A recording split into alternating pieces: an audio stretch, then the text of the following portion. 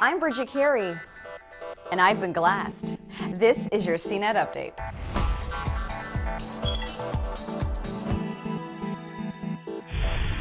If you've been wondering what Google Glass is all about and how it works, well, that's exactly what I'll help you understand in this special edition of CNET Update.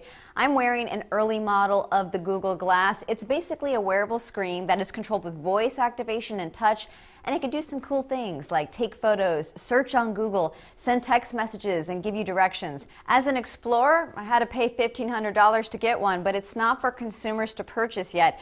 Rather, this is more like a massive test exploring how we interact with this type of device, and developers in the meantime are cooking up some apps that work with it. It might be another year until anyone can buy one.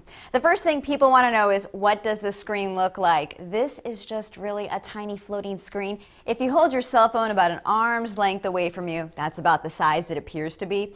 I have nothing obstructing my vision. I have to look up and to the right when I want to see the screen. It's clear right now because it's in sleep mode. I can wake it up one of two ways. I can tilt my head up slightly, or I can tap the side panel. This is a touch panel that you use to navigate through by swiping and tapping. Once it's awake, I can say, "Okay, glass," and from here I have the option to speak a command. Or I can tap to select it with the touchpad. You're really just swiping through different cards of information, like weather, message notifications, or photos you've taken. The most basic use is to use it as a hands-free camera. If I don't want to walk around yelling, "Okay, glass, take a picture. Okay, glass, take a picture," well, there's a handy shutter button that takes an instant snapshot of what's in front of me. There's no time to say cheese and pose and see a preview. It's just instantly taken as soon as I hit this button. Let me show you video. Okay, glass, record a video. By default, a video only is captured for 10 seconds unless I tap to make it go longer, and then it'll record until it runs out of battery or until I tell it to stop. Say hi to our producer, Mark. There's no big red light telling you that I'm recording. You just know it's awake because you can see the light of my screen.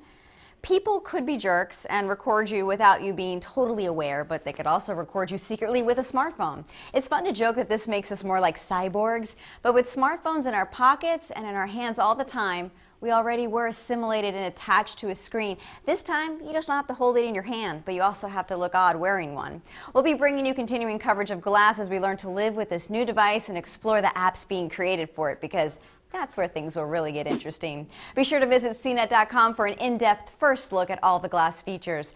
From our studios in New York, I'm Bridget Carey.